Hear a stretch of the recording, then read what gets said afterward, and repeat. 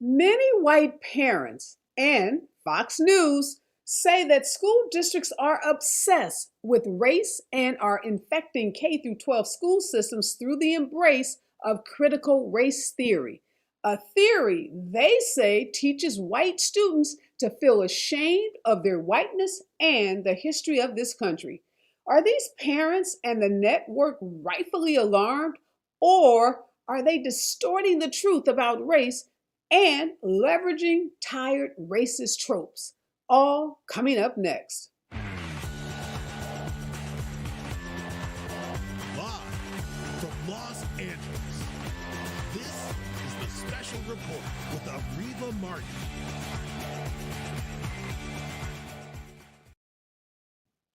Recently, two white students in a Michigan suburban high school held a mock slave auction. Yes, you heard me right. A mock slave auction on Snapchat where they traded their black peers for money in the Snapchat group called Slave Trade. Now, in that same group, white students posted vile messages, including things like, all blacks should die. These actions fast tracked a school equity resolution that condemned racism. Families and children of this district expressed support for the resolution, while some of the white parents in this same school district objected, contending that the resolution amounted to critical race theory in disguise. These parents say that school systems have become obsessed with race and are teaching white kids to see everything through a racial lens. To fight back, parents are showing up in mass at school board meetings and demanding that race and issues of race be excluded from the curriculum taught at every grade level.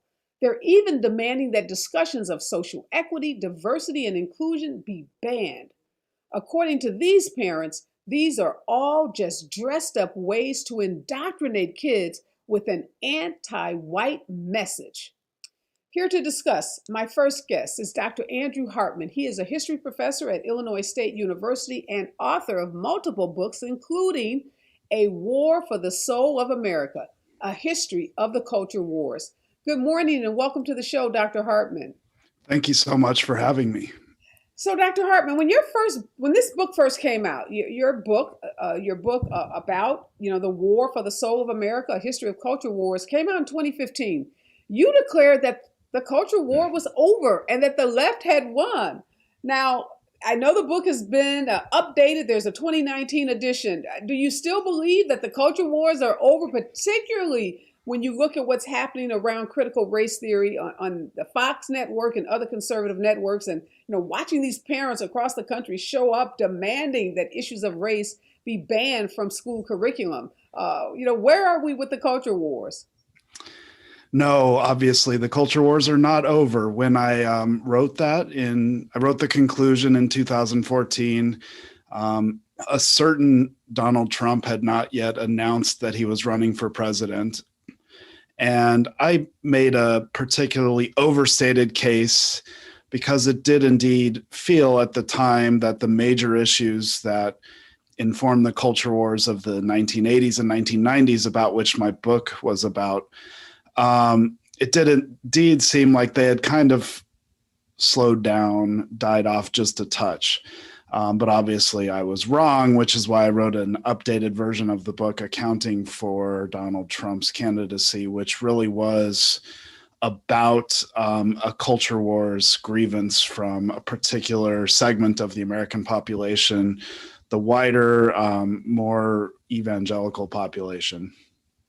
And so now today, we're talking about critical race theory and how it's become the latest, the newest pawn in the culture wars. And just this morning, there was a report in the Independent, it was a report of a rally that Donald Trump spoke at on Saturday in Arizona, where he took another swipe at critical race theory, calling it flagrant racism that was being forced into every facet of society, of course, by the left, by Democrats. What do you make of this latest attack by Donald Trump and other conservatives on critical race theory? Well, it does seem to have hit a nerve with a lot of white conservatives across the country. There's something about the term critical race theory that resonates with them, seems to sort of blend together all the things that they loathe and fear. For the most part, I don't think Trump or most conservatives know what it is. They don't recognize that there's a difference between a theory that emerged in law schools in the 1980s and 90s and is mostly applicable at the university or grad school level, and just the teaching, the incorporation of race into history and literature classes, English classes across the country in the public schools. It's a very different thing, but it has emerged at a time in which there is obviously a lot more sort of anxiety wrapped up around Black Lives Matter and racial conflict across the country. And so it's definitely hitting a nerve. And you mentioned, correctly so, that critical race theory developed as a concept in law schools, and you can look to the origins of the theory to preeminent legal scholars like Professor Derek Bell at Harvard in the 80s and others who studied under Professor Bell. But the theory now has leaped from scholarly conferences and journals into conservative news networks and conservative websites. And help us understand how it made such a big jump, because the theory isn't new. It's been around for over 40 years, but all of a sudden in 2020 and now 2021, it has become the thing that's being talked about. I think I read an article that said about 1,800 times critical race theory has been mentioned on Fox News in 2021 alone. It's just July. So already 1,860 plus times has the term been mentioned. Yeah, it's strange because I wrote about critical race theory in my book, but more so as a theory that informed academic debates at the time, not as something that was going to be discussed on Fox News ad nauseum. So it's a very sort of strange, surreal experience. The basis of the theory is that racial inequality persists even after the civil rights movement successes in terms of the Civil Rights and Voting Rights Acts of the 1960s. So the theory sort of explains the persistence through institutions. Institutional racism exists, which is an indication that the United States is not a colorblind meritocracy. And that's, I think, the main sort of point that a lot of white conservatives have issues with, because they want to believe that the United States is a colorblind society and that people sort of rise up in accordance with their own merits, even though it's not true. But I do think that for some reason, the notion that that type of thing is being taught in the public schools, whether it is or not, is alarming, especially coming after the context in which there was a lot of conservative anger that merely voting for Donald Trump people on the left might have assumed that made you a racist. And so, all of this is sort of wrapped up in the context of a Trump era in which the lines of race were much more polarized than they had been, I would say, for a while. So we saw, Professor Hartman, after George Floyd's murder in May of 2020 last year, this support in some ways by, white Americans, is obviously Black Americans, but support around Black Lives Matter. And then we start to see that wane among white Americans. And we saw these conservatives, and I want to point out one in particular. His name is Christopher Rufo. He began to argue that attacks on critical race theory could be used to turn Americans against efforts to increase awareness of systemic racism. So, he was tweeting things like demanding that Trump ban critical race theory or thoughts or any teachings about race from any of the curriculum that was taught at the federal level. Why do you think Christopher Rufo was able to strike such a chord, or his tweet or his message began to resonate, particularly at the time that it did, when you look at the summer of 2020? Well, yeah, it's kind of an obvious time. So you have mass protests, some of the biggest protests in world history across not only the country, but the globe in support of Black Lives Matter after the murder of George Floyd. And there's a lot of alarm amongst conservatives about things like, a traditional notion of what the police represent. So you get this emergence of this sort of fascistic Blue Lives Matter movement. And so it's an attempt to fight back against the notion, again, that there is racial inequality that's systemic and that there's something that we can do about it. And, I think a lot of things were thrown at the wall and critical race theory really stuck at a moment in which there is, in fact, there has been a sort of concerted effort amongst institutions, liberal institutions like universities, but also corporations to sort of respond to the emergence of Black Lives Matter as a global phenomenon and trying to be more culturally responsive. So that's the sort of larger context in which conservatives are fighting back against and have been somewhat successful with a lot of white Americans in particular. I guess what I found interesting about Christopher Rufo and his tweet was it seemed to be a very purposeful, highly, manipulated, curated strategy on his part. He's a conservative researcher, to use critical race theory in the media and to make it the latest pawn in the culture wars. Is that typically how these things, whether it's, railing against Christmas or the fact that, Democrats are coming after Christmas, is that how these things become, pawns in the culture war? You have some person sitting at a desk or sitting in their office saying, hey, this is what I think will work. And, they start tweeting about it or posting it on social media. It's kind of interesting how this all evolved. I think so. Historically, there's been sort of a back and forth amongst conservative culture warriors at the grassroots level and then elite institutions or politicians or people like Christopher Rufo who are trying to make a living off of being a conservative culture warrior. So, you've had throughout American history, conservatives who have really worked hard to challenge their local school boards. And then you have institutions in DC who respond by sort of emphasizing those things. And it's a sort of circuit, it's a network that goes back and forth. Christopher Rufo, in this particular instance, I think just hit upon something that really resonated. But there were probably many other sort of conservative activists like him who are always trying to hit the next home run in terms of what's going to gain the attention of Trump, what's going to gain the attention of Fox News. And he really did hit a home run. And it's because there's a lot of anxiety out there in the country amongst a lot of conservative white Americans about what's being taught in the schools, about issues of race in particular. Yeah, I found it interesting. He literally, in a 2020 Fox interview, called on Trump to issue this executive order to stamp out what he called the destructive, divisive ideology. And later, shortly thereafter, Trump actually signs this executive order as if, we knew he watched Fox News a great deal. He, got his marching orders from this person who wasn't in his cabinet, wasn't, a member of the White House staff, not a well-known, conservative scholar by any stretch of the imagination, but yet he's directing the president to issue an executive order, and lo and behold, then president does it. Just want to ask you though, what are these screaming parents who are showing up at these school board meetings demanding that, schools ban conversations or, any teachings about race? What are they getting wrong?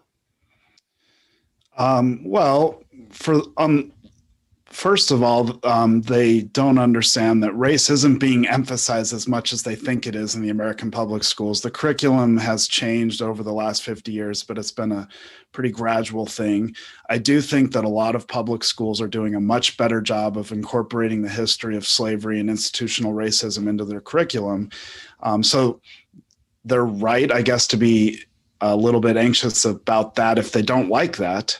But they're definitely wrong in terms of they probably think that the schools are these liberal indoctrination factories in which just like every day, all day long, the students are expected to sort of repeat these sort of I guess what they would say, they would think of as these propagandistic ideas about race or critical race theory, and that's just dead wrong. I would say most teachers in the American public schools, no fault of their own, don't know what critical race theory is. They probably weren't taught it, but especially if they're history or social studies teachers, they've learned a great deal about the history of slavery and racism in this country. And they recognize how important it is to getting a fuller understanding of the the United States history. And so they have incorporated it into their curriculum. And ultimately, that's the fear I think a lot of conservatives have, especially the more right-wing activist types.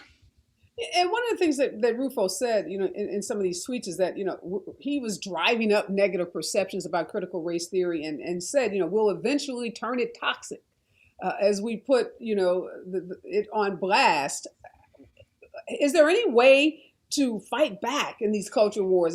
Should the, Democrats, should the scholars of critical race theory, what can they do, if anything, to win this war? Because obviously, as you just said, most people don't even know what critical race theory is. They got the facts all wrong about what's being taught in public schools. So it's a lot of distortion and exploitation of people's fears. Is there anything that, I'll call it the left, for lack of a better word, should be doing to respond to how this theory has been so distorted? I would say a lot of what you're doing, and that is patiently explaining to people, because most people, I think, are reasonable, and I think most people can be persuaded that Fox News is overreacting to this. There's going to be some segment of the American population that we can't win over, but most people, I think, we can win over, and we just have to continue what we're doing. Be patient, continue to talk about critical race theory appropriately in ways that distinguish what's actually happening, say in law schools, from what's happening at the high school level, and just continue to be patient and not overreact to the right wingers, because ultimately that's what they want. They want us to get really angry and sort of bring this out into the public sphere in ways that make us look perhaps as unhinged as they are. But we're not, so we should just, I think, be calm and patient. And I think that's what you and people like you are doing. Professor Hartman, any new predictions in your updated 2019 version of your book? Obviously, not that the culture wars are over. Clearly, that's not your new conclusion, but any new conclusions about where we stand as this country as it relates to culture wars?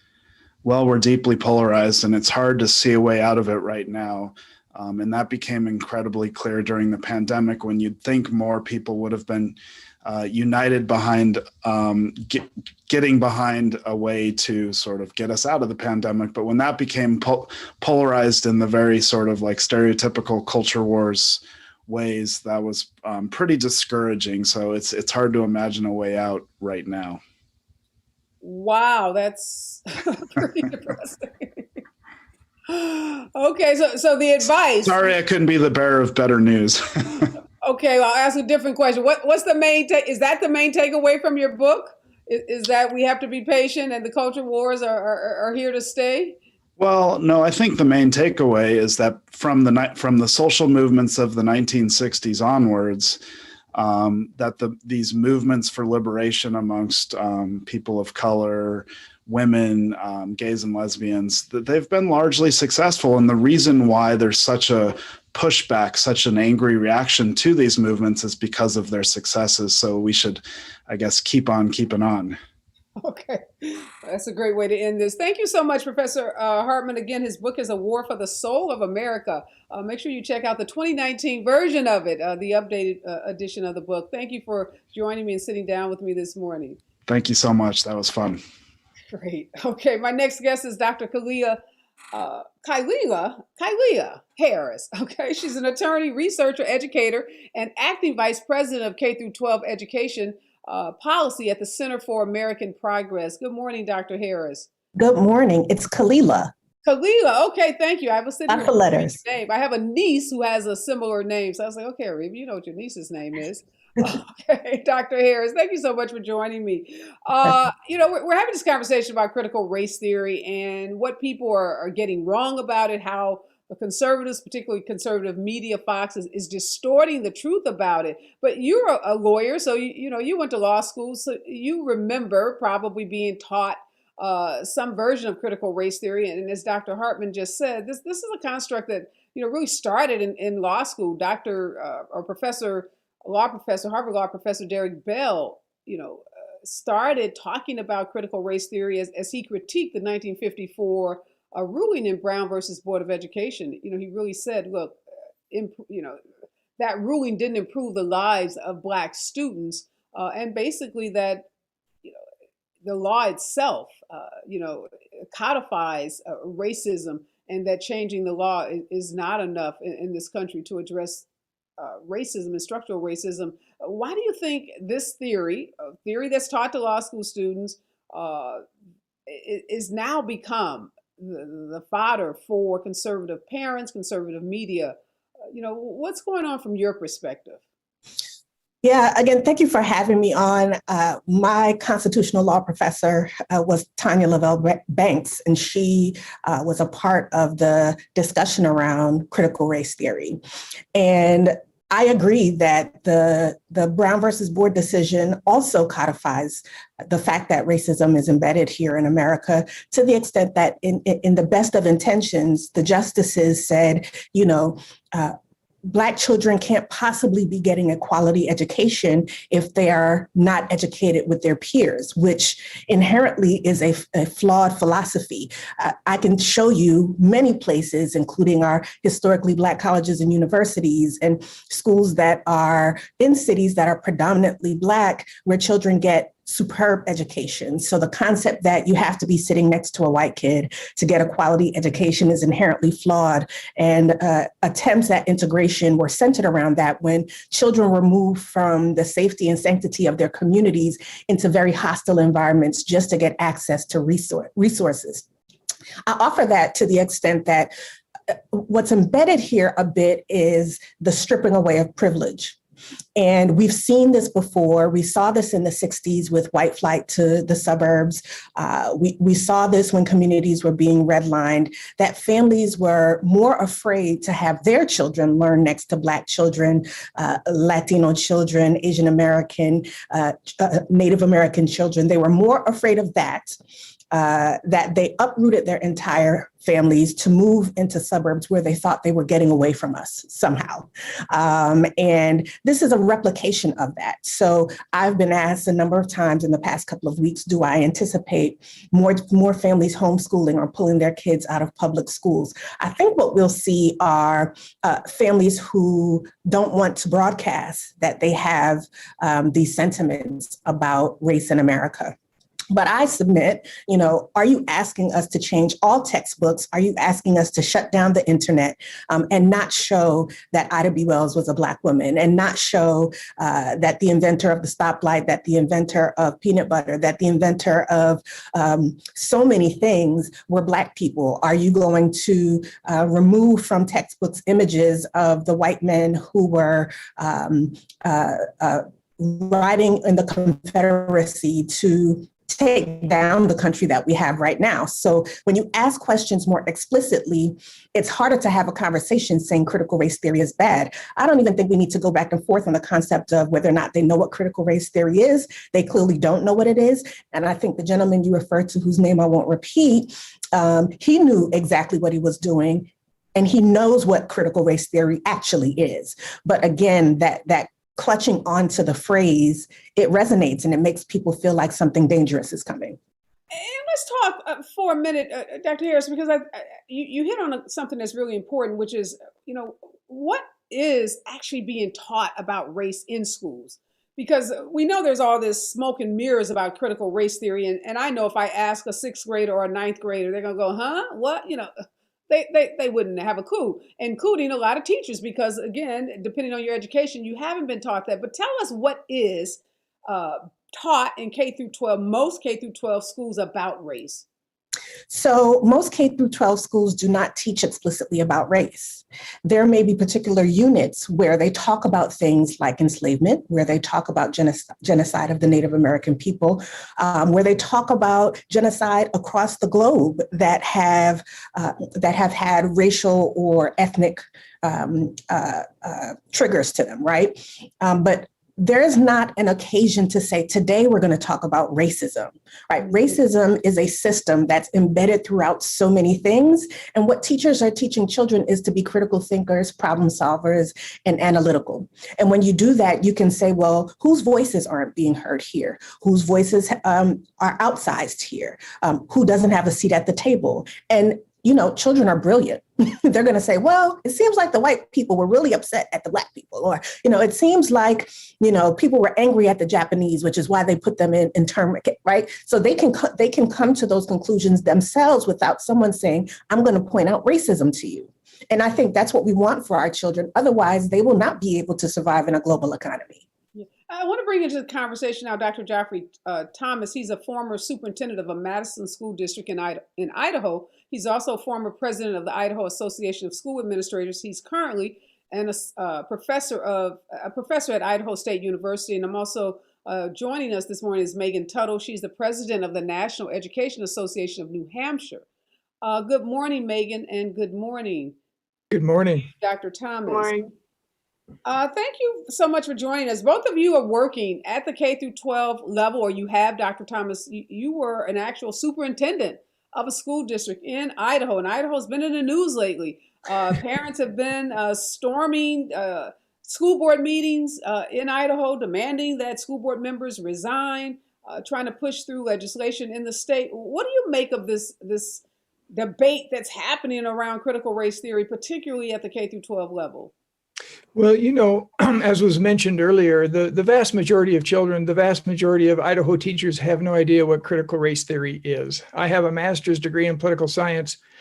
I taught high school for 7 years, taught American government and American history, and I've never heard of it until late last spring, when it was brought up that the legislature wouldn't pass the K-12 budget and the university budget until the governor signed that we wouldn't be teaching critical race theory in schools, which was completely an asinine bill because, as was mentioned so articulately earlier, we teach about racism. We don't teach racism. And as a former U.S. history teacher, it is simply impossible to teach the history of the United States without discussing race and racism. In the Constitution itself, Black people were 3/5 of a person in purposes of representation. And then we fought a civil war over slavery, which was a race-based issue. Then we had Reconstruction and sharecropping and Jim Crow, and then the Civil Rights Movement, the 13th, 14th, 15th Amendments. Everything was dealing with race. And so we teach about race. We teach about racism, but we don't teach racism. And all the things that we teach are state curriculum approved. We all have state approved curriculum standards that we adhere to. But it was also mentioned, and I think it's important to keep in mind, in my parents' lifetime, and they were older when, we had internment camps in Idaho. Japanese American citizens were placed in internment camps. In my lifetime, and I know I'm old, segregation was legal in this country, legal. It's astonishing. So I don't know how you teach about the Civil Rights Movement. I don't know how you teach about the Voting Rights Act, the Civil Rights Act, 64 and 65, without discussing racism, which has permeated the history of our country from day one. And I'm glad Dr. Hartman amended his book, because these culture wars and these issues, they haven't gone away. And we need to address them, as was mentioned, patiently, thoughtfully, intelligently. And just on a side note, if I were to indoctrinate teenagers, the first thing I'd do is I'd say, get your butt to class on time. Number 2, bring something to write with and on. Number 3, study. Turn in your assignments on time and stop parking in the faculty parking stalls. So I would start with the basics before I would do anything else. Okay, that's good to know what teachers are really thinking about. Thank you, Dr. Thomas, for that. Megan, you're New Hampshire, tiny little state, in the East Coast. Are these culture wars being played out in school districts across New Hampshire? Thank you. That's a great question. No, we're not seeing it really like other parts of the country are. And as it's been said, by everybody else that's been on the show so far, the educators in New Hampshire, we just want to be teaching honesty and education right now. We're teaching the facts about history, and we're teaching about, what race is. We're not necessarily teaching racism. We want to be teaching the critical thinking skills that everybody, needs to be successful in this world. The problem that's happening here in New Hampshire really is This was put in through our budget, similar, I think, to with Dr. Thomas. We had a standalone bill, House Bill 544, and overwhelmingly that failed in the House. So it didn't make it through. There were thousands of people who wrote in opposition to that bill. It didn't pass. The only way that this language was going to get passed in New Hampshire was to go through the budget. And so that's what happened. There was an amendment. It was put through the budget. And it's really vague. There's really no specifics in what they say we can and can't be teaching right now. The problem is that educators' certifications and licenses are on the line. So if something, gets said that maybe was misunderstood, or, it could be something really, really small that gets brought home, that educator, whether it's a teacher or a paraeducator, because in New Hampshire we have the Code of Conduct, they could be brought before the State Board of Education and potentially lose their license. And that's really getting the educators here nervous, because we've asked for specifics on what can and can't be said or taught. We've asked for specifics on books from the Attorney General's office. We've looked at the guidance that's come out from the Department of Education, and we have not been given anything specific. School's starting in 5 weeks. And my educators in New Hampshire are very nervous about what the upcoming school year is going to bring. There's been no discussion about what training is going to be provided by the Attorney General's office or by the Department of Education. They put this through, they're giving the guidance, and it's still vague. And it's very unsettling for the educators in New Hampshire right now, with the vague language and just not knowing what's going to happen. Yeah, and we're seeing across the country, there are 20 plus states that have enacted or has put forth these laws that ban educators from talking about, what they vaguely describe as critical race theory. Dr. Harris, we also, Megan said educators are nervous about saying the wrong thing. They could be brought before the Board of Education. We're also seeing educators who are being forced out. There's a school superintendent, African-American superintendent, who recently resigned. I think it was in Connecticut, because he was accused of pushing critical race theory. How real is this fear that Megan talked about amongst educators? Are you seeing this in the work that you're doing? I am, and it's a real fear to the extent that there are school districts already, as we've seen, that superintendent resigned, but we did see an educator lose his job because he's teaching accurate American history. I want to just push a pin also and say this is not just about American history. When people think about conversations about systemic racism and its impacts on American society, that is deeply embedded, which is the theory of critical race. When you think about Vivian T. Thomas and whether or not he was able to actually use his medical skills as a full participant at Johns Hopkins University, and he was not because of his race, had to enter the hospital from the back door. These are things that we need to know about, what barriers we have to innovation, what barriers we have to an economy that works for everyone. So I do see it around the country. Just released a survey with our partners at Educolor through Center for American Progress and also the National Education Association.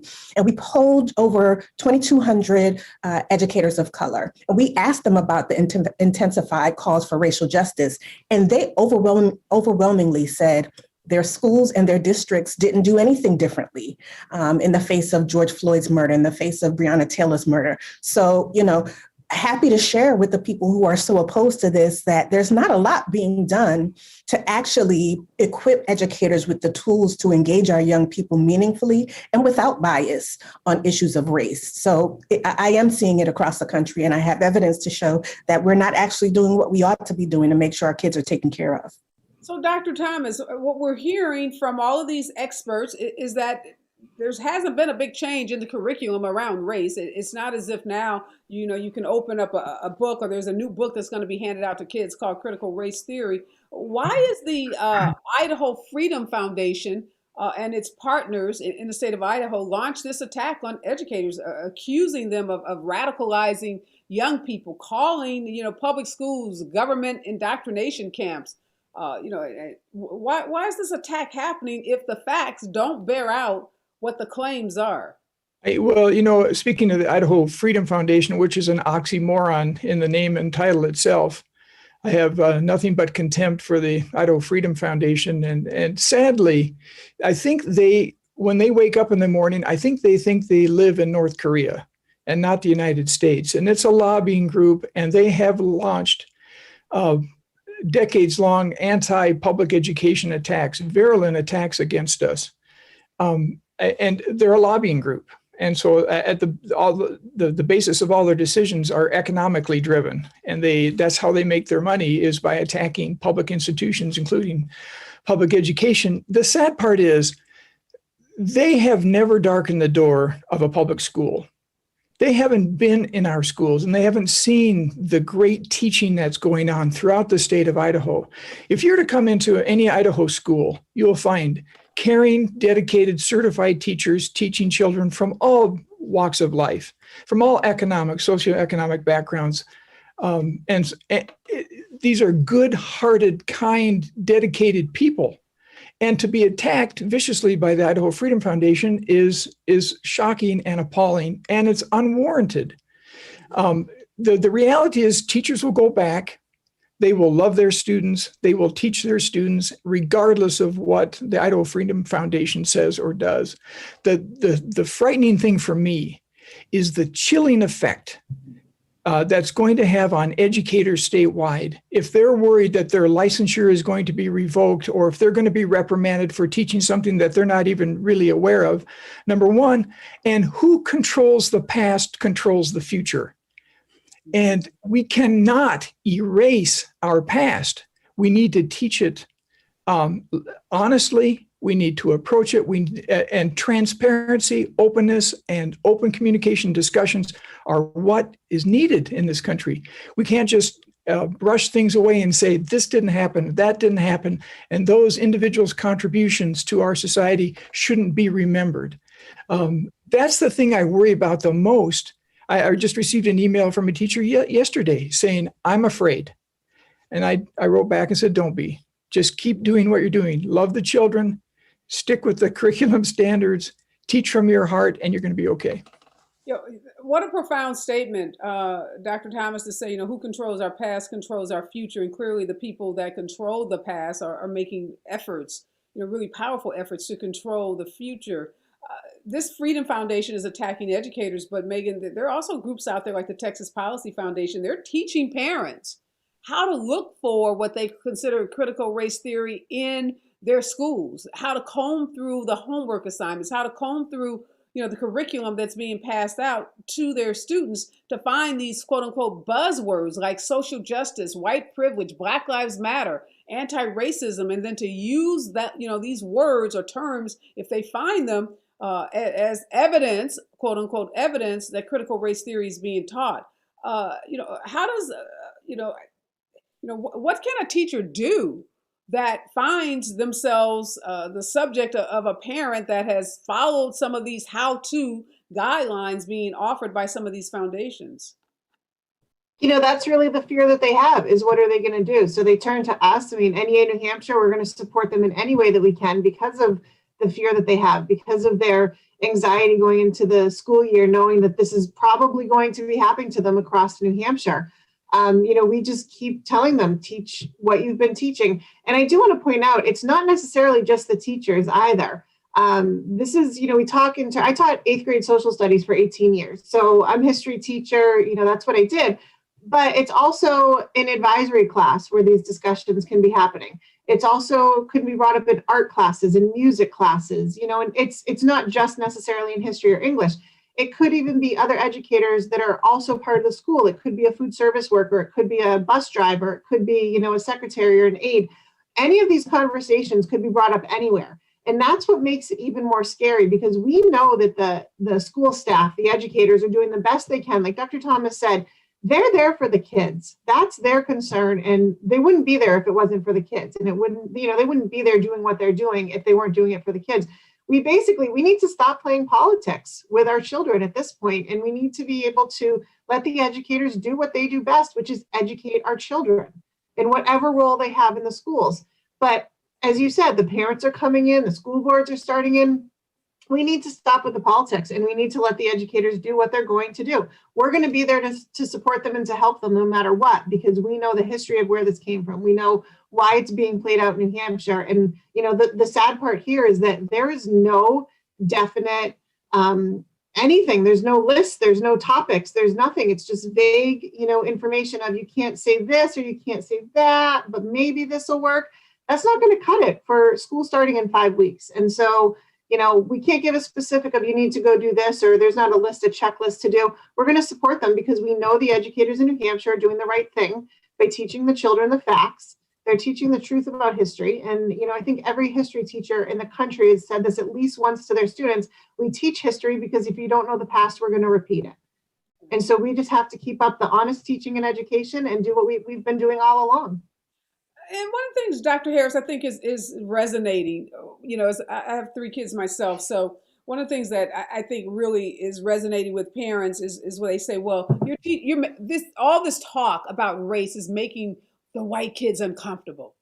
It's making them hate themselves. It's making them these are some of the talking points we hear on Fox and other conservative networks, is that, it's forcing the white kids to feel bad about this country, or they feel like they've got to apologize, and that's unfair to them. So that's, you hear a lot of that being repeated by the parents at these meetings. It's not fair to my white kid that they have to feel uncomfortable about something that some people did, generations ago that they don't know. How do we counter those arguments? Well, we have to be accurate. First and foremost, I think what happens is sometimes people retreat when there are bullies present, instead of locking arms with one another to show how much power the majority has. And I'd say the majority of Americans think this is nonsensical. It is unfortunate if people think it's uncomfortable for their children to hear about racism. It is a lot more uncomfortable to experience racism every day when you get out of bed, when you go to school, when you go to work. So, your slight discomfort that is possible for you and your children pales in comparison to what the children sitting next to them experience. And, I think what has happened is we've allowed for jargon and truly a skillful public campaign, similarly to what we saw with the Tea Party, right? They were able to seize language and use it against ideas like making sure everyone has healthcare, making sure people have access to quality education. And people who have different beliefs need to do a lot better job of bringing the point home that we are teaching accurate history. Are you asking us to stop teaching accurate history, Mom and Dad? Are you asking us to not teach about certain parts of American history, Mom and Dad? Are you asking us to eliminate things about global history, Mom and Dad, and allow for them to say, yes, I don't want you to teach my child accurate American history? And I think that shifts the conversation and puts it back on people who have seized the high ground to say, you're doing something to harm my children, and allowing them to continue along with that is problematic. We must step in and say, let me challenge you there, or let's talk more about what you mean. What exactly are you afraid of? And allow them to articulate that so they can say out loud something ridiculous, right? Because otherwise, I think what has been happening up until this point, particularly in the political landscape, is that folk will say, that's a fringe group. That's fringe philosophy. Those people are on the outside. And, you've been talking about conservative Americans, and I would submit that this is not limited to conservative white Americans. And if we continue to demonize any particular group of people, we miss the opportunity to educate everyone and bring everyone along. So, I don't want folks saying things like, yeah, it's just the conservatives, when you have in very blue enclaves attempts to provide equity and access to quality schools, and liberal parents showing up saying, I don't want my children to have to change their schools to open spaces for other people's children. So let's not pretend that this is just one group of people. We need to make sure we are being accurate, that we are pushing back and saying, tell me more about what you mean. Please be clear. Tell me what you're afraid of. And that will allow for us to have a sensible conversation. But I also don't think that people should cower to the loudest folk, because that will, really put chains around everyone else who understands that they're being unreasonable. You are absolutely correct. We should be careful with labels, and I'm the first to admit I should be more careful with my labels, because you're right. We've had lots of conversations on this show about liberal whites, or folks who live in liberal states like California, that are the bluest of the blue, But California has a race problem. It's no different than Alabama or Mississippi or a southern state. So we don't want to suggest that this is an issue just with families that identify as conservative or families that watch Fox News. There are people that watch CNN and MSNBC and other quote unquote liberal networks that are also not very open and welcoming to these conversations and to the change that you just talked about. So thank you for that. Dr. Thomas, I do want to ask you, though, about analogies. There are a lot of white stereotypes, too, right? Like Italians, the mob, and other stereotypes about Irish Americans and different other, white groups. Is there any way that talking about those stereotypes, perhaps, can help people understand why it's important when we talk about some blacks, the traditional, I'll call it black stereotypes that are often talked about in schools and other settings? Well, I think it's, as was mentioned, I think it's important to discuss things accurately. And generally, when we stereotype, it's the easy, fast way to lump a group of people together. And I would submit, please don't judge Idaho by the Idaho Freedom Foundation. It's a great state with many, many good-hearted, kind people. It's beautiful, and the potatoes are great. I'm just going to throw that in there for the Idaho Farmers Association. They're great. But whenever we stereotype, we miss the individual. And every individual is different, regardless of race or socioeconomic background. It is simply impossible to lump people together into groups. And when we do that, it's an easy characterization, but it's a wrong one. Stereotypes are invariably wrong. And I think it's essential that we teach children to look at others individually as individuals. Yeah, we understand what happens to groups, but whenever you start labeling people, then it's almost invariably wrong. But we don't see the same kind of outrage. I guess that's what I'm getting at, Dr. Thomas, when we, the stereotypes of Italian Americans being, mobsters or, in the mafia, or Irish Americans being, heavy drinkers. We don't see the same outrage with those stereotypes that we see around this issue of race and African Americans. Why do you think that is? I'm not sure. I don't know. I'm not sure I'm qualified to answer that. Dr. Hare, do you have any opinion on that? Yeah, I do. Earlier in the conversation, you talked about parents being frustrated that their children are being taught about race and racism. And the challenge is white people think that everyone else is a race and that they are just white. And as long as we use exclusive frameworks to talk about this, it does leave people feeling like they are having something taken away from them. So sure, there are stereotypes of other members of the white race. There are stereotypes of other races, not just Black people. But when it boils down to it, as long as white is the center and everyone else is the other, as soon as you pull white people into the community, it feels like something is taken away from them instead of something being added to them.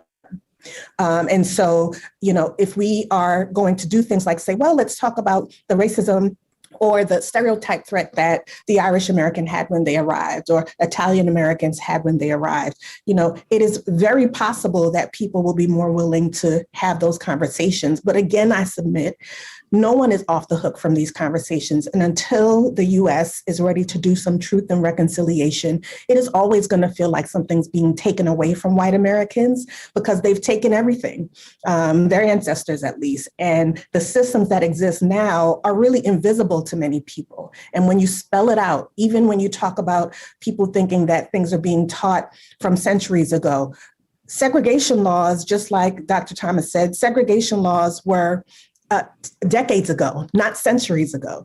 People still experience reverse redlining.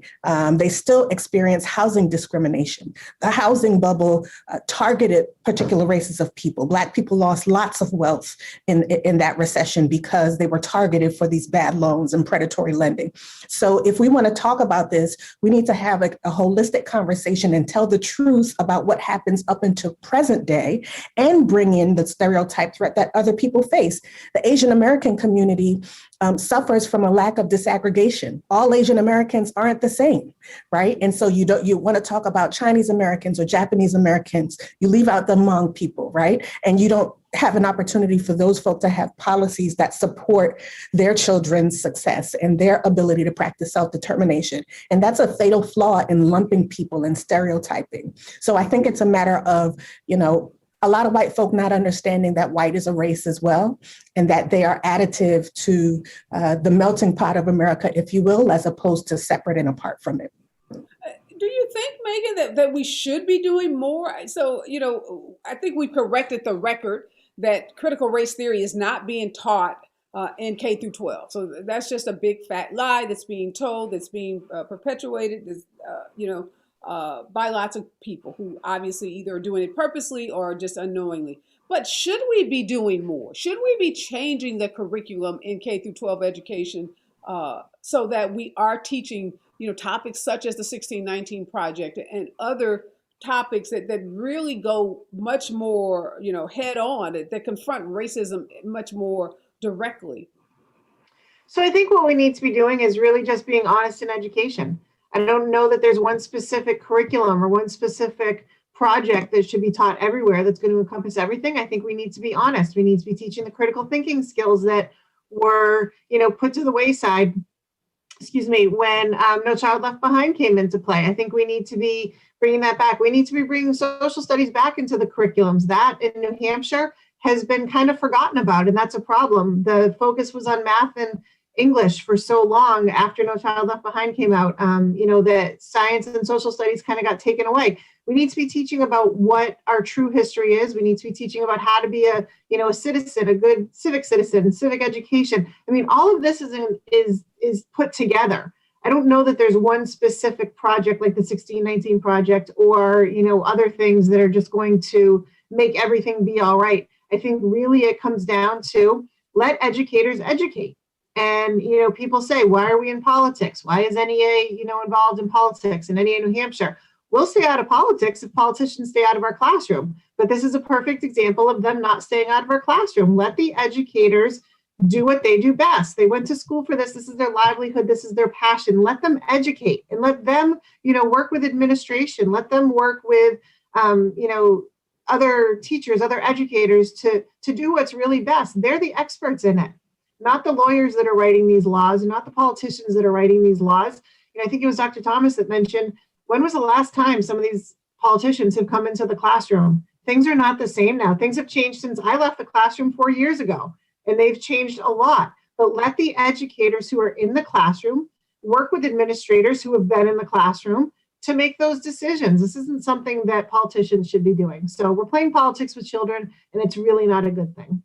What do you think, Dr. Thomas? Do you think we need to add more curriculum to the K through 12 education that addresses race? Because I feel like the education that I got, which was, some time ago, but even the education my kids that wasn't that long ago got, was not very accurate, not very thorough. And that all of us probably since May of last year have had a real education about race in this country. So I don't know, I'm feeling like you guys being public educators have failed us.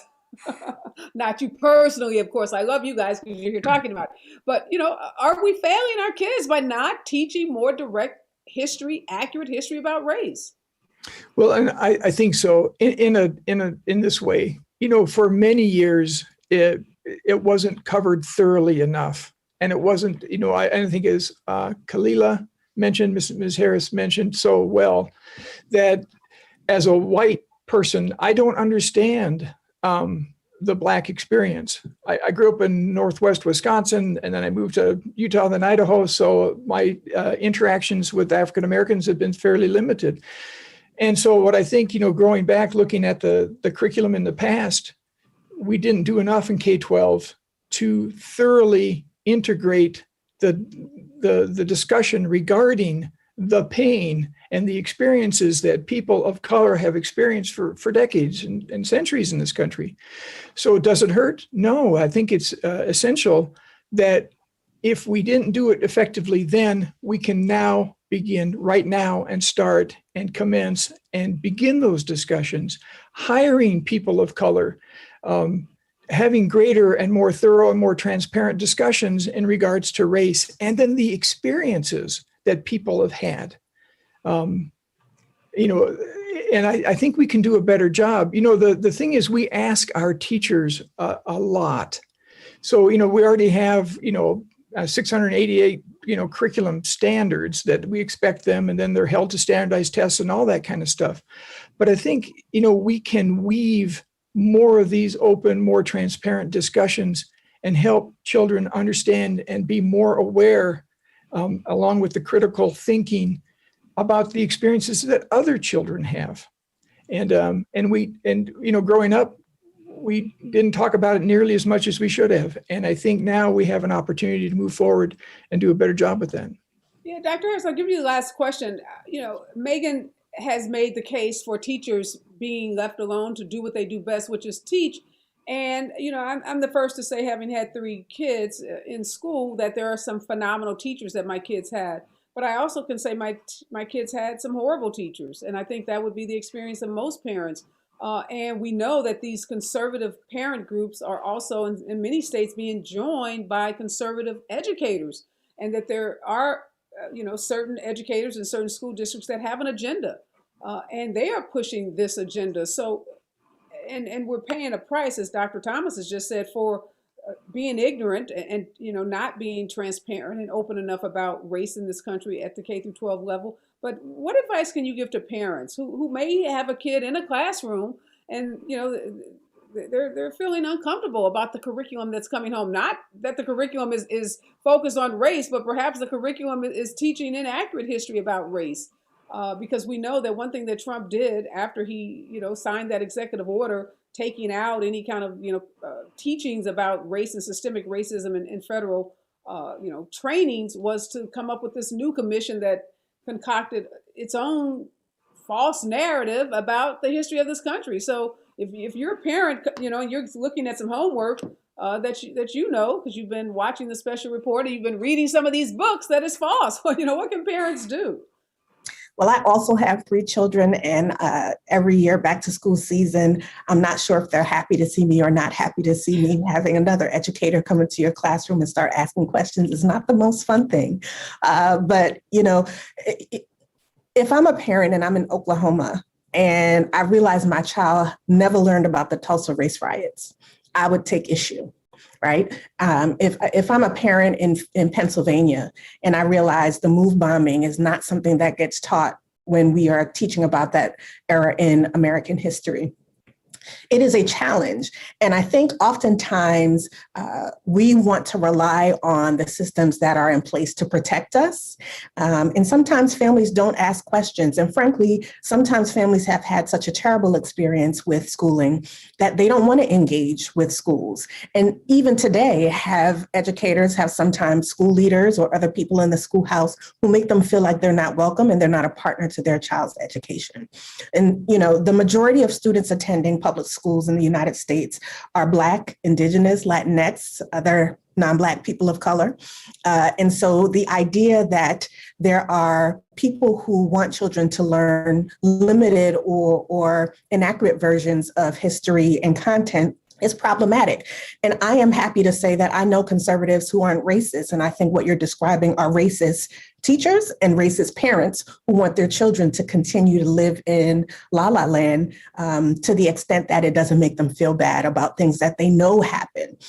So I still won't attach conservatism to racism necessarily. There are racist people of all stripes. And I do think that it's important, again, like Dr. Thomas said, that we have a more racially and linguistically diverse teaching workforce. I think that parents should show up to school board meetings, not just to protest something, but to listen to what's happening, to become more adept. Many school districts have public access television that will broadcast the school board meetings. And I encourage people to engage with that. I encourage people to run for school board. Too frequently, we think that that is for someone else and not for us. But schools belong to the American public. They don't belong to some superintendent. They don't belong to the governor. They don't belong to your mayor or county executive. You have every right to step in and push in and ask questions. But I encourage you to also do that respectfully and in partnership with educators. If you hear something that's off, challenge it, but partner with folk who have committed their careers to make sure our children have the best education possible, so that they too can learn some things, not only about your child and the community, but about knowledge you may have that they did not. Yeah, I love that. Be the change. Just don't show up and complain. Be the change. I want to thank all of you. Really great information today. Thank you for having this conversation. Thank you for helping to set the record straight about what our kids are being taught in public school and what they need to be taught. Again, thank you so much, Dr. Harris, Megan, and Dr. Thomas, for joining me this morning.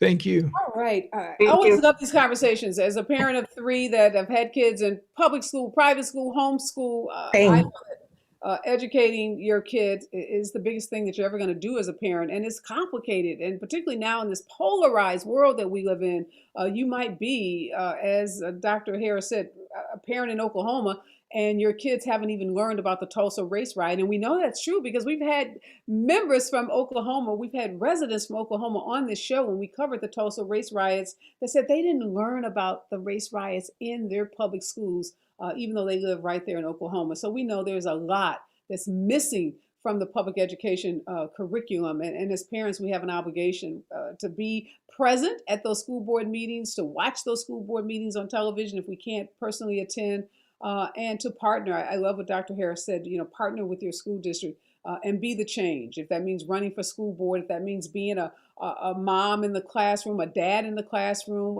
the parent that goes on the field trip, we don't get to just drop our kids off at school and think that schools are going to, raise our kids and educate our kids exclusively, solely. It's a partnership. It's a joint effort between the school and parents. So be that parent that's involved. Just some words to live by before I get out. All that glitters ain't gold. You've heard that saying so many times before. Critical race theory is the hottest topic on Fox News. Even though the theory, as I said, has been around for 40 years, it has become a major programming theme for Fox. It was mentioned only 132 times in 2020, but in 2021, it's been mentioned a whopping 1,860 times. And it's just July. And it's being boosted by conservative activists, white supremacists, and extremists. This topic is resonating with millions of its viewers who, quite frankly, don't want to accept and confront racism in this country. Despite the fact, as my guests have said, critical race theory is not being taught in K-12 public schools. Despite the truth of that matter, you can expect Fox and other conservative outlets to keep using it to gin up the conservative base and to distort the truth about critical race theory. And that truth is, critical race theory challenges white privilege and exposes the truth about racism. That in the United States, racism is codified in law, it's embedded in systems, and yes, it is even written into policies. Now, that's the truth. I'm out, y'all. Be safe out there. Don't forget to wear your mask, and don't forget, we are all in this together.